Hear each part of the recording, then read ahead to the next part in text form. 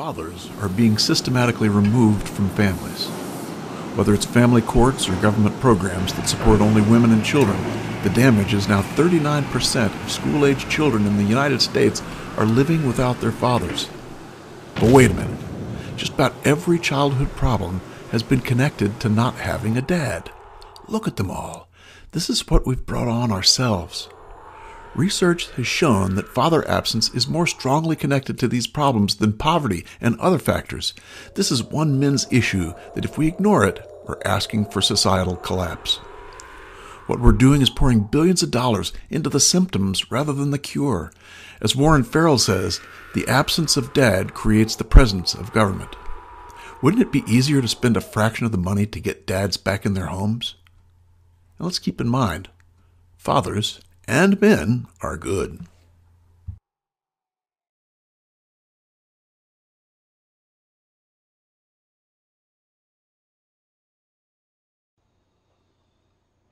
Welcome. This is going to be an abbreviated version of an article I wrote about domestic violence. You can find the link up there in that corner. At any rate, I found this article on the web. The headline was, how did it go? 1 in 5 men admits to being violent against their spouse. I thought, wow, that's quite a few. But then I thought, yeah, but that's pretty typical. I mean, most of the research we've seen on domestic violence is focused on male perpetrators and female victims, so it didn't really surprise me so much.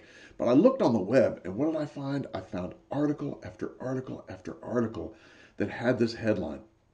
1 in 5 males is violent against their spouse. 1 in 5 males is guilty of domestic violence against their loved one. I mean, just over and over again. It's almost like these articles were sort of gleeful in finding that these men were actually 20% of men were actually doing this.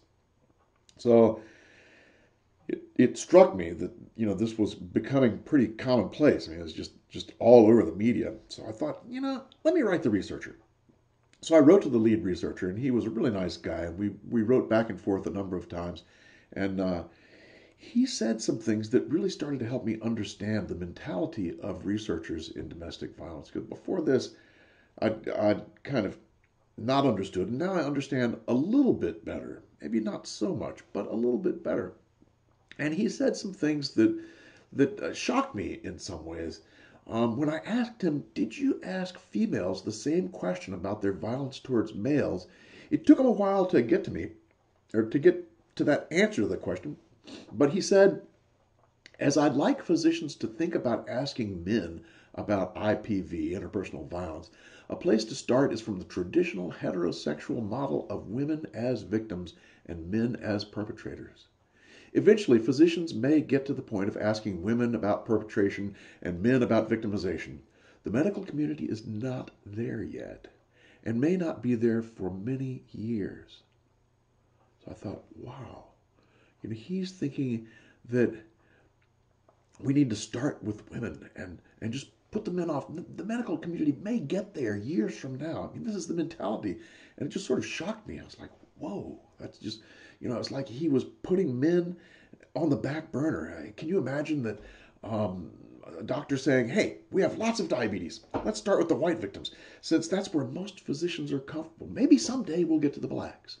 That would not go over very well at all. But if you do it with men, somehow it works. That's pretty crazy, eh?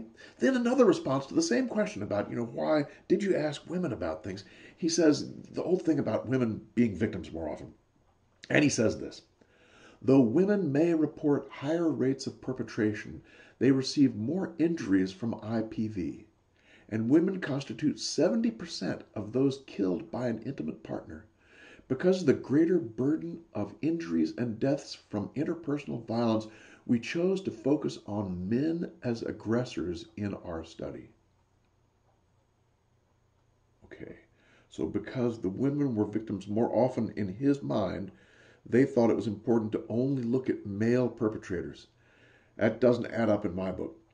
In fact, if you look at the research on domestic violence, over the years, the Archer meta-analysis, for instance, showed that 38% of the victims of domestic violence, the injured victims, were males. So I don't buy this idea that it's so many more women, and nor do I buy the idea that because of that we should only study the male perpetrators. It just doesn't add up. But see, this is the way he was kind of thinking about things, and it told me a little bit more about the way he was sort of rationalizing things. And then the last thing he said about this was, there's no effective intervention for male victims of interpersonal violence or female perpetrators of interpersonal violence. Without an intervention, physicians don't want to ask men or women about those behaviors. Your point that many domestic violence services agencies not wanting to work with men also complicates this issue. Okay, now wait a minute. He's saying that female perpetrators and male victims don't have interventions. And because they don't have interventions, we should just not pay attention to them? That doesn't add up in my book. It just doesn't make any sense. I mean, should we, if I were to ask him, there's a whole group of researchers who are afflicted by this particular problem, but they don't have any intervention. Do you think that he would just ignore them? No, of course not. If it was his family, same thing. I mean, for some reason, see, it's easy to go along with the gynocentric idea, which is, the gynocentric idea is the world is built to protect women. And that's kind of what overrides these three responses, is he's kind of going along with the gynocentric idea of the world is about protecting women, and so therefore domestic violence should be about men as perpetrators and women as victims. But let's look at the study itself here for just a second. Those were just ideas about what he thought about why he only chose to look at the male side of things. But let's look at the actual study, and it was really, really interesting stuff. First off, they used a public database for the research. And I asked the guy for the database numbers of women who had admitted to hitting men or been violent towards men. And he hemmed and hawed and said, well, no, he couldn't do that, and that I really need a statistician in order to figure that out. Well, you probably know from my previous YouTubes that I'm not going to take that. So I found the data online. And in fact, it's searchable online. And I started tearing it apart and looking at it. And wow, what I found is just amazing. The first thing is, they used two questions for this research. The two questions were about interpersonal violence, and each question had four possible responses: never, rarely, sometimes, and often. Okay? And if you look at the chart below, you'll see that the summary of all their responses for these two questions, the never was 2,045 people. The rarely was 399. The sometimes was 56, and the often was 4. That's both men and women responding. So the vast majority of people said never. A small minority said rarely, and very few said sometimes, and almost no one said often. So this gives us some ideas about these two questions. It tells us the frequency of the responses. But here's what happened. What did the researchers do? They looked at these responses and they dumbed down the data. They said, okay, we're going to count never as a no vote and rarely, sometimes, and often as a yes vote. So by doing that, they completely camouflage the idea that most people say rarely. And they then have these two numbers, and they that's the 1 in 5 piece. But they don't tell you that it was most people saying, rarely did I commit domestic violence, rarely did I threaten my spouse. So they leave some very important things out. And by leaving that information out, they did something very important. They gave themselves the license to say 1 in 5 men admits to domestic violence against their spouse. Because if they had not dumbed that data down like that, they would have had to have said 1 in 5 men admits to rarely committing domestic violence against his spouse. See how it works? So, the way they've dumbed down the data does a couple of things. One, it keeps people from being able to see any information about the frequency of the data. And two, it camouflages the data so that it looks like, well, maybe a lot of people, 1 in 5 men admit to domestic violence. How about that? But let's go ahead and look at the actual questions they asked, which are telling also. The first question was about minor violence, and it reads like this. People handle disagreements in many different ways. Over the course of your relationship, how often have you ever done any of these things on list A to your spouse or partner? Often, sometimes, rarely, or never. And the list is pushed, grabbed, shoved, threw something, slapped, hit, or spanked. Okay, and you can see the chart down here that shows us the men's responses and the women's responses. And I want you to look carefully at this. Both men and women, there are about 1,000 men, about 1,000 women. But look, more women said rarely, 232 versus 167. And a lot more women said sometimes, 38 to 18. And 3 times as many women said often, 3 to 1. Okay. Now, this is kind of important data, don't you think? And by not putting that into the research, I mean, it's like they're telling only one sliver of the story, one slight piece of the story that does not tell the whole thing. This data starts to tell us the whole thing about minor violence, at any rate. This question is about minor violence, push or shove. And think about it, a push or shove. I mean, it could be that someone got pushed or shoved and they say, oh, I'm sorry, I'm sorry, I'm sorry. And that was that. But you see, a push out of irritation and an immediate getting better after that in the relationship would be counted as an incident of domestic violence. So again, that's kind of skewing the data a little bit more. But let's look at the next question. The next question was about the severe violence. And it reads like this. Now looking at list B, over the course of your relationship, how often have you ever done any of the things on list B to your spouse partner? Often, sometimes, rarely, or never. Now let's look at the data and look at this chart from list B for all the responses. And what you find is very many fewer people responded positively to this question about severe violence. So 33 women and 25 men said rarely. That's out of 1,200, 1,100 responses. 5 women and 2 men said sometimes. 3 women and 0 men said often. Okay, that gives us some pretty important information about this data and about this question.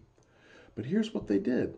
The researchers combined not only the frequency numbers, they combined the severity numbers too, so that they combined the severe and the minor violence. So we know from looking at this data now that a tiny fraction of the people who said they were violent in relationship were actually admitting severe violence. Very small portion, 1 in 7, I think it is. But when they combine all this data to one yes or no answer, you can't tell that. You don't know that. You don't know if the violence was severe or whether it was minor or anything else. So it leaves you not knowing. It leaves you dumbed down in some ways. And it also leaves the reader of the research thinking, oh boy, that's a lot of violence. That's a lot of men being violent. So it's pretty suspect in some ways, if you ask me. Okay, we've seen how the ideas and attitudes of the researcher played out in only reporting one side of the story.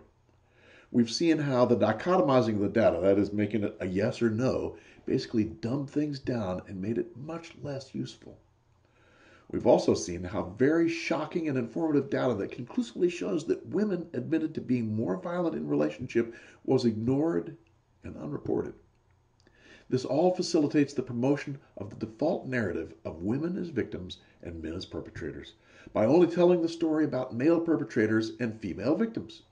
We've seen how this works and the powerful national media's willingness to promote this half the story on a national level. Now look at this headline. Now you know this headline should actually read, 1 in 4 American women admit to domestic violence.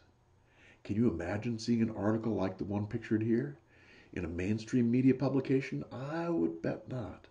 But like it or not, that's actually the truth. It's time we started holding researchers, the media, and all those connected to domestic violence accountable.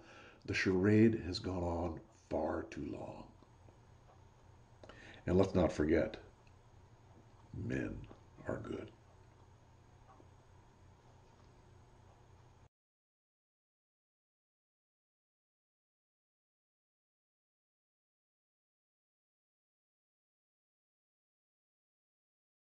Well, one of the things they told me was that he was at the house one night, and we were talking, and he started laughing. He said, "Aaron, what do you think women's liberation was about?" And I said, I had pretty conventional thinking about it at that point. I said, I think it's about women having the right to work, getting equal pay with men, just like they won the right to vote, you know? And he started to laugh. He said, "You're an idiot." And I said, "Why am I an idiot?" He said, let me tell you what that was about. We, the Rockefellers, funded that. We funded women's lib, you know? And we're the ones who got all over the newspapers and television, the Rockefeller Foundation. He says, and you want to know why? He says, there were two primary reasons. And they were, one reason was we couldn't tax half the population before women's lib. And the second reason was, now we get the kids in school at an early age. We can indoctrinate the kids how to think. It breaks up the family. The kids start looking at the state as the family, as the school, as the officials, as their family, not as the parents teaching them. And so those are the two primary reasons for women's lib, which I thought up to that point was a noble thing.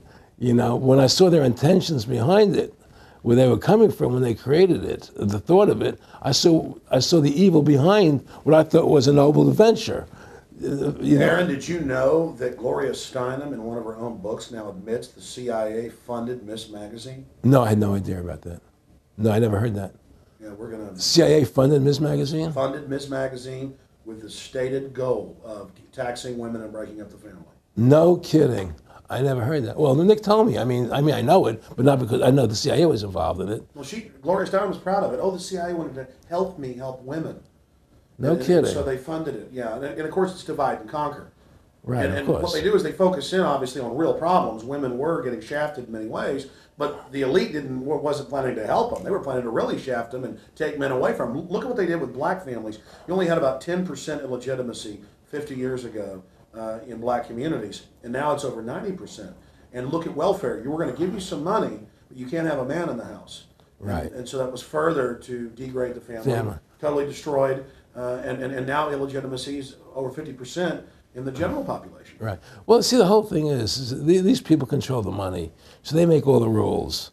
You understand? And they put whatever rules they want into effect. And the truth is, America has really become a socialist, communistic country. And everybody says it's a capitalistic country. It's not a capitalistic country. You know, how can it be capitalistic when you have a central bank? That's the first. It can't be. You know, it's a planned economy. It's a planned economy. It's a phony. If they want to create prosperity, they just print dollars. They just make dollars or put digits into the economy, and now you have prosperity. You don't have real prosperity. You don't have real manufacturing. You just have money being injected in. It's an infusion of credit, which only makes the government go into more debt. Into more debt. But the point I'm trying to make is that by creating this Federal Reserve System, the government now became dependent on these private banks for money. And they started taxing us, you see. And so now what happens is that in 35, I believe it was, Social Security started. And they gave you Social Security cards, said not to be used for identification, the Social Security number right on the card, right? And through Social Security, they started deducting money out of your paycheck. That was the first time they were could take money out of your paycheck, because people agreed to it because they thought it was going to their retirement fund. And so then when they instituted the income tax again, they started taking money out of your paycheck because Social Security could do it. And then they could do it again. You see what I'm saying? And so now they've even taken control of the tax payment itself. I mean, literally like you're a slave. They're taking it right there when you make it. Exactly. They don't even trust the public enough to send them a check. Yeah. Right. So they take it out automatically because they know people aren't going to want to pay it. So what's happened is that through the implementation of the Federal Reserve System, the government has become vested in these bankers, and they get their money from the bankers. And so then they impose a tax on us, which makes us more slaves, makes it more difficult for us to survive, right? Giving them more profits. And now what's happened is that through the Federal Reserve System, the bankers have pretty much taken control of our government. It doesn't matter Republican and Democrat anymore, because they're both the same. Neither one of them are talking about shutting down the Federal Reserve System or stopping the payment of taxes. You know, or any of the big issues that face Americans, right? So I had a friend, Nick Rockefeller, okay, who was one of the Rockefeller family, and he, when I was running for governor in Nevada, he came to me, introduced himself to me through an attorney, and we became friends. We started talking about things, and I learned an awful lot from Mr. Rockefeller. And one of the things that we used to talk about was the ultimate plan of the banking industry, what they wanted to accomplish. And the goals of the banking industry, not just the Federal Reserve System, but the private banks in Germany and England, all over Italy, all over the world, they all work together. They're all central banks, and they're all part of the Communist Manifesto. You know, central banking is one of the major planks of the Communist Manifesto. We talk about America being a capitalistic country, but yet at the same time we have a central bank that plans everything for us, right? And the graduated income tax is another plank of the Communist Manifesto, right? So right there you have two major planks of the Communist Manifesto that have been brought in because of the Federal Reserve System, okay? So the ultimate goal that these people have in mind is the goal to create a one world government run by the banking industry, run by the bankers, and they're doing it in sections. The European currency, the euro, and the European Constitution is one part of it. Now they're trying to do it in America with the North American Union, right? And they want to create a new currency called the Amero, right? And the whole agenda is to create a one world government where everybody has an RFID chip implanted in them. All money is to be in those chips, right? There'll be no more cash. And this is given me straight from Rockefeller himself. This is what they want to accomplish. And all money will be in your chips. And so instead of having cash, anytime you have money in your chip, they can take out whatever they want to take out whenever they want to. If they say you owe us this much money in taxes, they just deduct it out of your chip digitally. Total control. Total control. And if you're like me or you, and you're protesting what they're doing, they can just turn off your chip. And you have nothing. You can't buy food. You can't do anything. It's total control of the people. And that chip's connected to a database that has your purchasing records, what you do, what everything. you sell. Everything is in there, you know? And so they want a one world government controlled by them, everybody being chipped, all your money in those chips, and they control the chips, and they control people. And you become a slave. You become a serf to these people. That's their goal. That's their intention.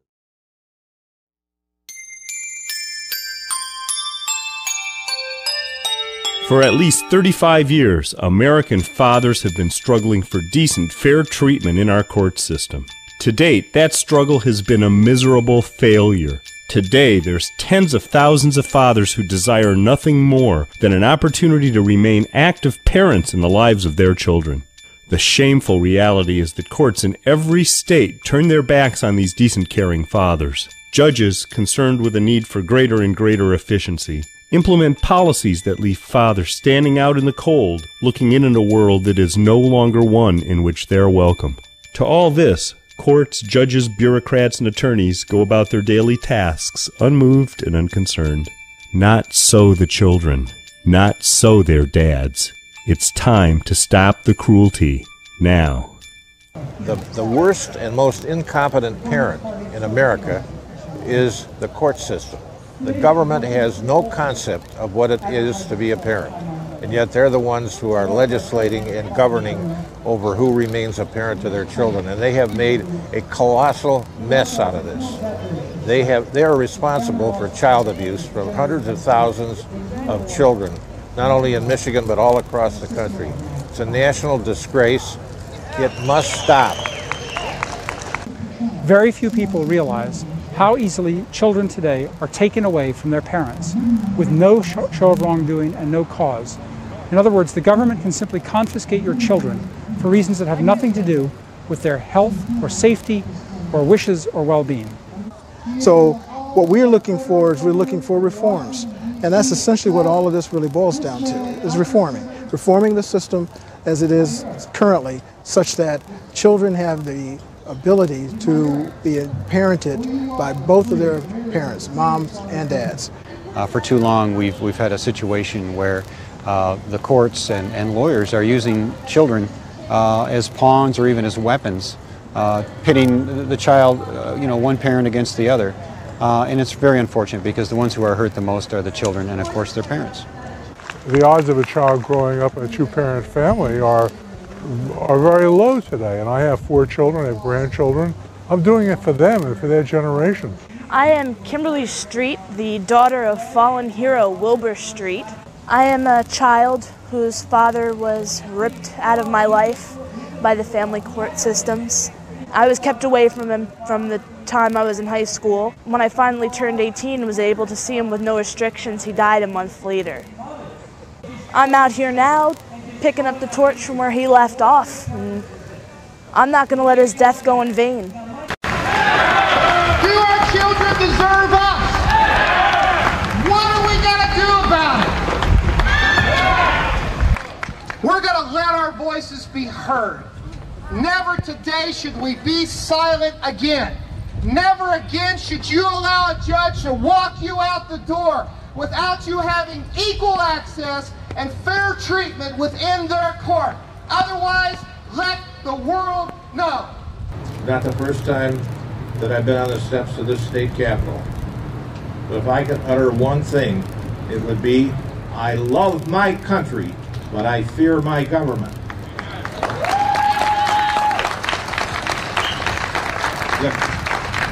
The government of this nation are nothing but a bunch of corrupt criminals, and they ought to be arrested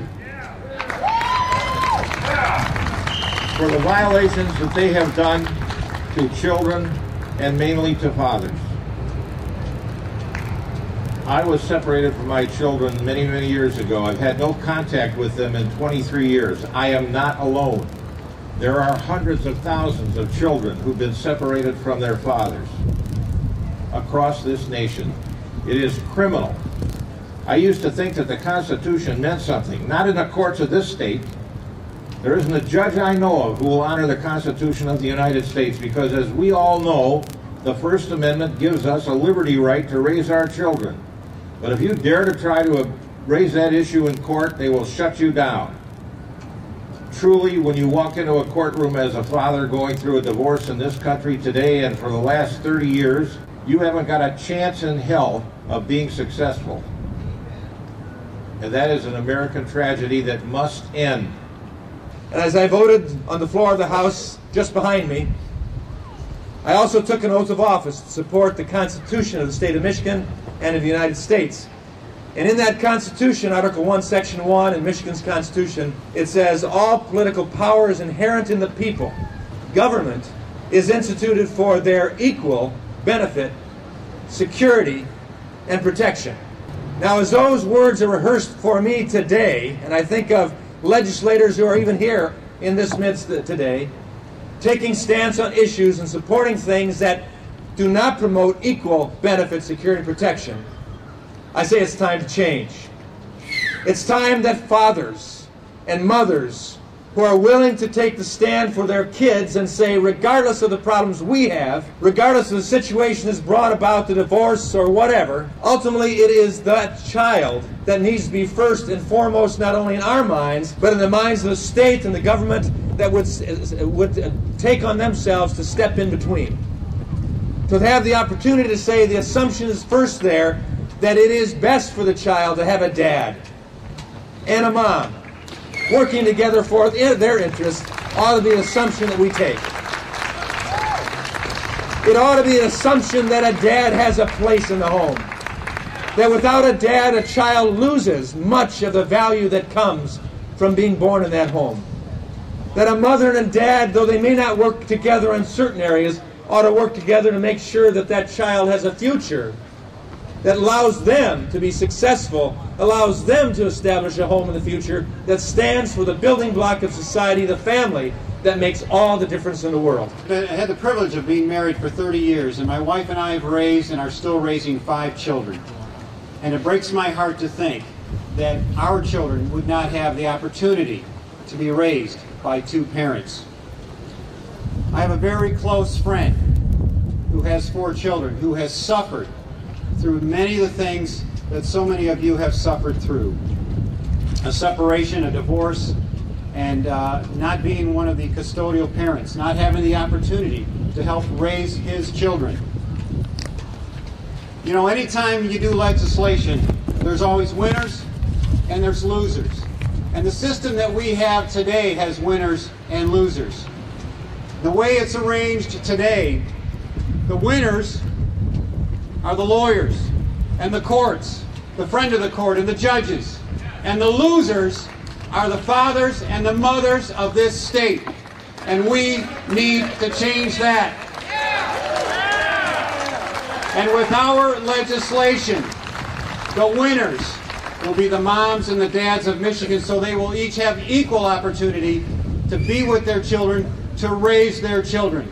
And the losers, unfortunately, will be the judges and the courts and the friend of the court. The state of Michigan is in a state of crisis. I'm not talking about our struggling auto industry. I'm not talking about the exodus of citizens to other states. I'm not even talking about Forbes magazine ranking Michigan's business climate as 45th out of the 50 states. The seeds of this crisis were sown more than 35 years ago.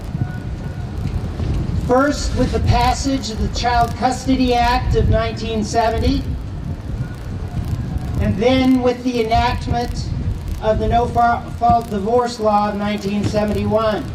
These 2 laws created a system in Michigan that delivered a 1-2 punch to Michigan families. The bias in this system is to break apart a family, and this has been the result. There are currently more than 1 million active post-divorce cases in the child support system. 4 million of our fellow citizens are currently living under the tyranny of the friend of the court. 40% of the entire population of Michigan. Many millions more have been put through the divorce gristmill in the last 3.5 decades. The legacy for our children of all these fatherless, broken homes is truancy and a skyrocketing dropout rate, a teen drug abuse epidemic, teen pregnancies, juvenile crime. The friend of the court has become one of our state's biggest industries. It currently transfers more than $1.38 billion per year after taking its percentage off the top. As your next Attorney General, I'll have a very different agenda. One that will seek to minimize the damage caused by divorce, not exploit it for political gain or taxpayer funding.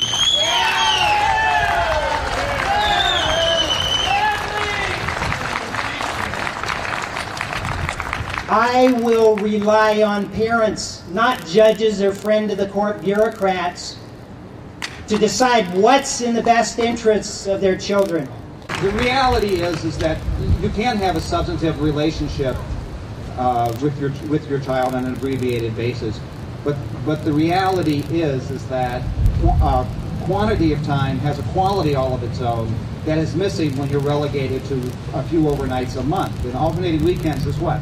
4 overnights a month, which is a really non-existing relationship. It's not a parental relationship. It is relegating a parent to an uncle or a similar type of relationship.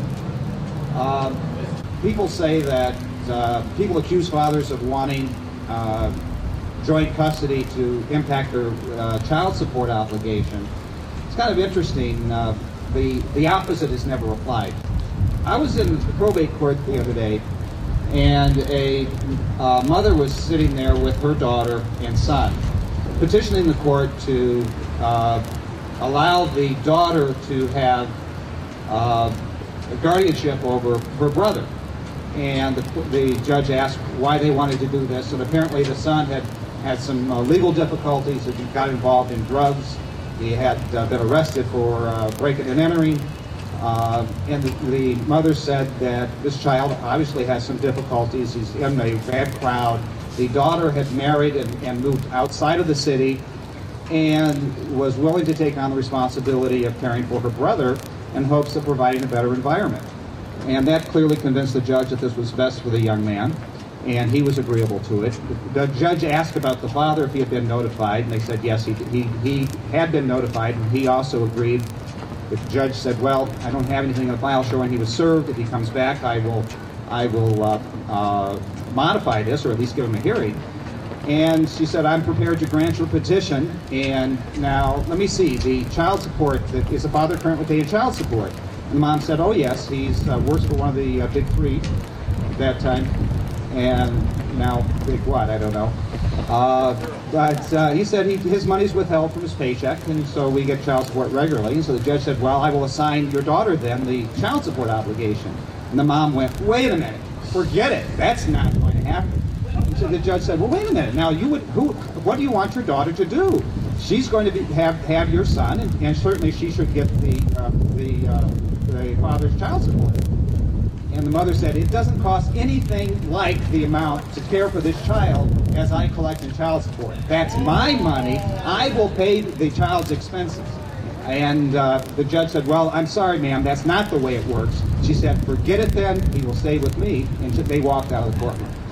My long journey through the family court system has brought me here to you to tell you that there's only one way that we're going to stop hundreds of thousands of children from dealing with the same nonsense that I had to deal with. Though the family courts claim to be out for the best interest of the children, I think that we all know differently. In my eyes, the best interest of the children is equal parenting, 50-50 visitation. There is no other way for a child to grow up happy at all. I believe that if we do a 50-50 visitation, the courts will have no choice but to become uninvolved. They won't be able to be involved because we'll be taking care of it ourselves. Children want and need both of their parents. I wish that my parents had split custody equally. Divorce is hard enough without a child having to deal with hearing their mother and father fight over money and who's going to have them, and watching their father get arrested for non-payment of child support. The judges and lawyers seem to look at people as ATMs rather than as people who have real emotions. It's obvious that the best interest of the child is thrown aside as the lawyers' bills grow and grow and grow. For 6 months, I didn't see my dad, and I told my attorney when we went back to court that when we go there, I want you to say, okay, she can see her dad now. And he said, I don't care what you say. Your mom's the one paying me. I'm not helping you. What you want is irrelevant to me. I watched for 2 years as my dad got divorced from his ex-wife, watched as he struggled every single day to stand up, to drive a stick shift to these kind of rallies that we're at right now. Last time I talked to him, he was a walking skeleton and had just been released from jail for a non-payment of child support by Judge Fred Kaiser, who told my dad to shut up and remanded him to jail for a week, 3 weeks before he died. He was a well-known father's rights activist in New Jersey who was beaten down by the system and was, in the end, completely defeated. His family life was destroyed, his financial life was destroyed, his social standing, everything.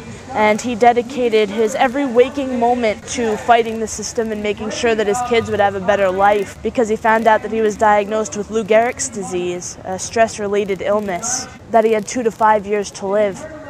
When he got out, he was just a skeleton, basically. He had no body structure to him. All of his muscles were gone. We spent some time together, and I had a conversation with him, basically, that you would have with someone when you know they're going to die. On August 12th, he called me and said he was going to give me his last $200 to fix the car that he had gotten me. He never called back, and he was supposed to show up to Eatontown to see me. The next day, I had a gut feeling that something was really wrong with him, and my grandfather went to go see him and discovered his dead body. He had fallen asleep and stopped breathing. So I found out I was the last person to talk to him. It took me till now, really, to be able to talk about it without crying. And even still, it's kind of hard. But I'm out here now, picking up the torch from where he left off. And I'm not going to let his death go in vain. Let's look at some statistics. 85% of all children that exhibit behavioral disorders come from fatherless homes. That's from the Center for Disease Control in Washington, D.C. 90% of all homeless and runaway children are from fatherless homes. The source is the Department of Health and Human Services report out of Washington, D.C. 71% of all high school dropouts come from fatherless homes. And that's from the National Principals Association report. 75% of all adolescent patients in chemical abuse centers come from fatherless homes. And 63% of youth suicides are from fatherless homes. 80% of rapists motivated with displaced anger come from fatherless homes. 70% of juveniles in state-operated institutions come from fatherless homes. 85% of all youths sitting in prisons grew up in a fatherless home. That's from the Fulton County, Georgia jail population and the Texas Department of Corrections. Bottom line, without both parents' involvement in the children's lives, there's a lot of memories lost. There's a big part of that security network that disappears, evaporates. It's not just the father or the mother. It's the father's father and the father's mother. It's the father's uncle and the father's sister. And it's all that infrastructure we call family. And we are destroying half of the family. It's incredible. As you know, we have national figures, major figures in American political life. Phyllis Schlafly, Mike McManus have come out in favor of shared parenting and against the ravages of the divorce industry. And many others, I think, are ready to join them as well. You also should know, I should say, from Washington, that you are not alone here, in case you had any doubts. Throughout this country, others are organizing, and if we can organize a demonstration like this here, if you can organize it, then we can do this in every state in America. Yeah. Yeah. Yeah. Mitch Sanderson and the North Dakota Shared Parenting Initiative are sending shockwaves throughout the divorce industry in America. Right here in Michigan and elsewhere, Mike Ross and Molly Olson and Larry Holland and others are exposing the ravages of the federal welfare spending and child support enforcement spending and how it subsidizes family breakup. The folks at Radar are directly confronting the Violence Against Women Act and other destructive legislation. So, and of course we at ACFC are doing our part too in Washington. For the last 5 years, Americans have been inundated with warnings about losing our freedom because of terrorism. Others have countered that we are in danger of losing our freedom from the government's measures against terrorism. They both have a point, but I think they're both missing the point as well. The greatest threat to our freedom today comes from within. It is the government's destruction of our families and our children. Islamic radicalism may be creating what Samuel Huntington calls a clash of civilizations, but the government's war against the family strikes at the social basis of all civilization. The divorce regime is not only a threat to social order, but also to civic freedom. What is happening today is much more serious than simply unfairness or gender bias against fathers in divorce cases. It is the government's machine for destroying the main rival and check on its power, which is the family. The most basic human rights and constitutional protections are routinely destroyed and violated in America's family courts. The lives of parents and children are in serious danger, as we learned from Wilbur Street, once they are, as the phrase is, taken into custody. Today in America, American citizens who are legally unimpeachable, who are under no suspicion of wrongdoing, who are sitting in their own homes minding their own business, can be forcibly summoned to legal proceedings and find themselves stripped of their children and subject to criminal proceedings. Americans today are subject to criminal proceedings not for public crimes, but for how they conduct their private lives. Without any action on their part, American citizens are being turned into criminals in ways they are powerless to avoid. Without demonstrating you have committed any legal transgression, government officials can now enter your home, examine your private papers and effects, empty your bank account, throw you out of your home, jail you without trial, and most serious of all, take away your children. The police state methods used by the divorce industry are not a future possibility. They are the present reality. I want to give you a short list of the practices that are routine in what used to consider itself the freest society on earth. Mass incarcerations without trial or charge, forced confessions, children forcibly separated from parents who have done nothing wrong, and parents stripped of their children without explanation. Government agents entering the homes and examining the private papers of innocent parents. Official court records, including hearing tapes and transcripts, are doctored and falsified with the knowledge of court officials, and evidence is fabricated against the innocent.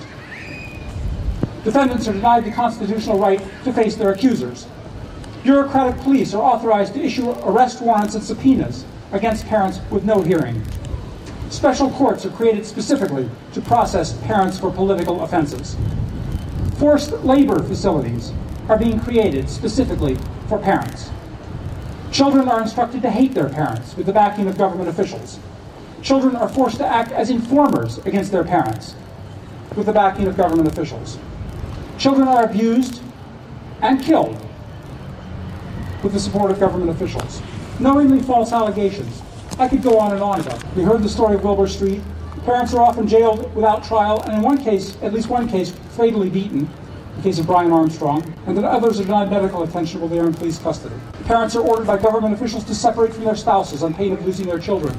Parents are ordered to pay the private fees of officials they have not hired, whose services they have not sought or used, on pain of incarceration.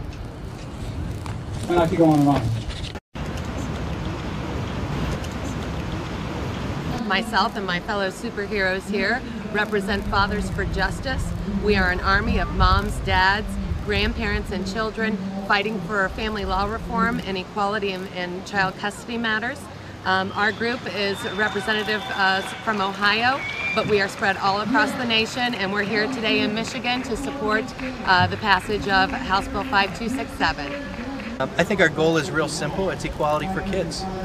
You know, one day kids have both parents next to them, and somebody files a divorce paper or separation paper with the court, and the next thing you know, the children lose one of their parents. And so it's about equality for kids.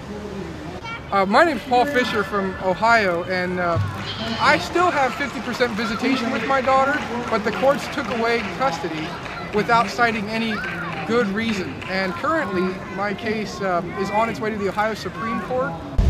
If we have a victory in the Supreme Court, the outcome would be that people with shared parenting would be treated like parents. Their rights could not be stripped away by the whims of a judge. I think one of our biggest struggles is whenever you talk about fathers' rights, the first thing that comes up is, hey, it's a bunch of deadbeat dads that don't want to pay child support. And it's just not about child support. I have equal time with my kids. They're with me every other week. I pay $4,000 in support right now per month. Okay, and with quite frankly, custody. and the kids live with me every other week. It's not about the money. It's about parents that want to see their kids. And we started this, you know, in Ohio, we've gone through 5 years of litigation. Divorce was filed in June of 2001. It's still going on, and we can't get a decision from the courts. And it took 4.5 years. There were times when I couldn't see my kids at all. I had supervised visitation based on nothing but false allegations for months at a time. And finally, in November of 05, the mother was caught red-handed on tape coaching the kids to say they were abused. And she was put on supervised visitation for that. And immediately, 45 days later, she was completely forgiven, and we're back to this 50% custody, which I think is great. Every kid should have equal time with their parents as long as both parents are fit. If they're not fit, but the problem that we fight, you know, that we're battling, these folks are going to battle with this initiative on the ballot, is that groups that come out against them are going to say, hey, it's all about trying to get out of paying child support. It has nothing to do with that. It has to do with dads want to see their kids. Dads are good parents too, and the best parent is both parents. It's real simple. Absolutely. Absolutely. And we need to criminalize any type of false allegations used in child custody matters. You know, I am Scott's wife, and as a stepmother who has my own 3 children and went through my own divorce where we settled everything amicably, and we have a shared parenting agreement without the help of the courts, I come into the situation as a stepmother, for which I am a very good stepmother, and yet his ex-wife has accused me through the children and through Children's Services of physical abuse, and even their older step-siblings of sexual abuse crimes. And so therefore our entire family has been devastated. We have spent over 6 figures of of money we don't have. We're totally indebted in charge cards, but we will not give up the fight, and we are here today in Michigan to build our army, and we are going to do this lawfully, but if we cannot get the government to stand up and support the families, then we're going to go all the way. As one lawyer said to me one day in the halls of the Oakland County Courthouse, you have to understand something. Law is practiced here, not justice. We have created a huge bureaucratic machine in this country, a bureaucratic machine on the federal, state, and local level, which exists for no other purpose than for taking children away from their parents. No one should have to feel the pain of losing their fathers. The first thing any citizen, particularly parents, can do is get involved. The way it's arranged today, the winners are the lawyers and the courts, the friend of the court and the judges. And the losers are the fathers and the mothers of this state. And we need to change that. And with our legislation, the winners will be the moms and the dads of Michigan, so they will each have equal opportunity to be with their children, to raise their children. And the losers, unfortunately, will be the judges and the courts and the friend of the court.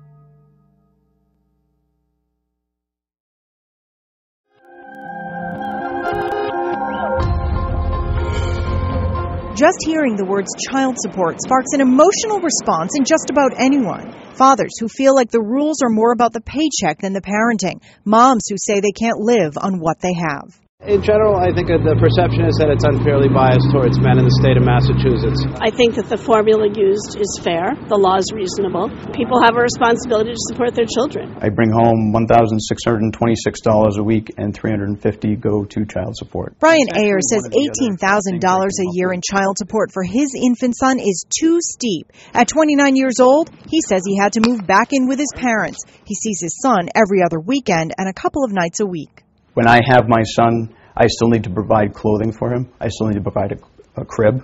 I need to provide food, diapers, whatever his necessities are when he's with his mother. I went back to live with my parents. I had to, from a cost standpoint, until I could afford to live in a decent place. And then you feel kind of like a second-class citizen because your kids are coming to a small place after being at, mom's nice house. And John Gagnon has been paying alimony and writing out child support checks for 11 years. He now pays $2,700 a month for his teenage daughter. He says she stays with him nearly half the time, and his 19-year-old son lived with him full-time before going off to college this fall. He feels the guidelines don't take into account how much time he spends with his kids. It really didn't matter from a child support guideline standpoint if they had stayed one night a month or 0 nights. I would have paid the same then that I paid for 13 nights, having them 13 nights. When it comes to paying child support, things used to be different in Massachusetts. 1987 is when the first guidelines came out. Judges had non-custodial parents pay a percentage of their income to the custodial parent. They adjusted for the custodial parent's income, but only after the first $20,000. In 2009, that all changed when a 12-member task force overhauled the state's child support guidelines. Then that task force traveled this state to educate judges. Now, using a worksheet, incomes from both parents are added together and worked into a formula. Judges also weigh how many children are involved and required expenses. In Massachusetts, that means mandated health insurance, child care, and housing costs. The guidelines also called for changing language.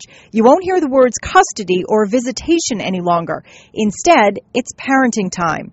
All of this meant to make the system fair for both parents. We want kids to be well supported. We want kids to have enough support, but we don't want to create this huge windfall prize that creates conflict between the parents. Dr. Ned Holstein is the founder of the fathers' rights group, Fathers and Families. He sat on the task force and says the system is still unfair. For instance, he says some states prorate support according to parenting time spent with the child. He also says judges in Massachusetts may order both child support and college expenses until age 23. We have a long way to go, but I think some of the worst thing is that there is a pervasive gender bias in family court. Men are still looked at as breadwinners, and women are still looked at as nurturers of children. Nothing could be further from the truth. We have 24 female judges on the probate court, and we have 24 male judges on the probate court. And to suggest that everyone has grouped together and is biased against the fathers, it simply doesn't happen. Attorney Marilyn Ryan also sat in the task force. She says the guidelines are meant to put balance into the system. Since nothing is perfect, she says judges are allowed to deviate from those guidelines. If you have two parents who are each making $500 a week, and they pay the same amount for medical insurance, and there's no other adjustments, and the children principally reside with, let's say, mom, then dad is going to be paying some money to mom for child support. The theory of that being that otherwise mom would be supporting herself and the children. Do you think these guidelines are fair? They are extremely fair. Crystal Arnhold is a single mom who relies on her child support checks. She says she receives just under $250 a week to raise her 2-year-old son and her 5-year-old daughter with Down syndrome. I work what I can, and I still just barely make it. Like this month alone, I have like $29 to get food for the next 2 weeks. Crystal works part-time at nights while her mom watches the kids, but money's tight. She says under the new guidelines, she stands to lose more because she's trying to work. I'm not greedy by any means, and I want to make that perfectly clear. I just try to get for my kids what they need. Ryan says he's working with the court system, but wants to see more changes. The best interest of the child is to have a loving, caring home in both places where he's provided equally at both residents, not his mother's, not his father's, but equally among both. He tells us he doesn't see himself leaving his parents' home anytime soon. So he's writing to his lawmakers to try to change what he believes is a system that's still broken. Charmin Sacchetti, Fox 25 News.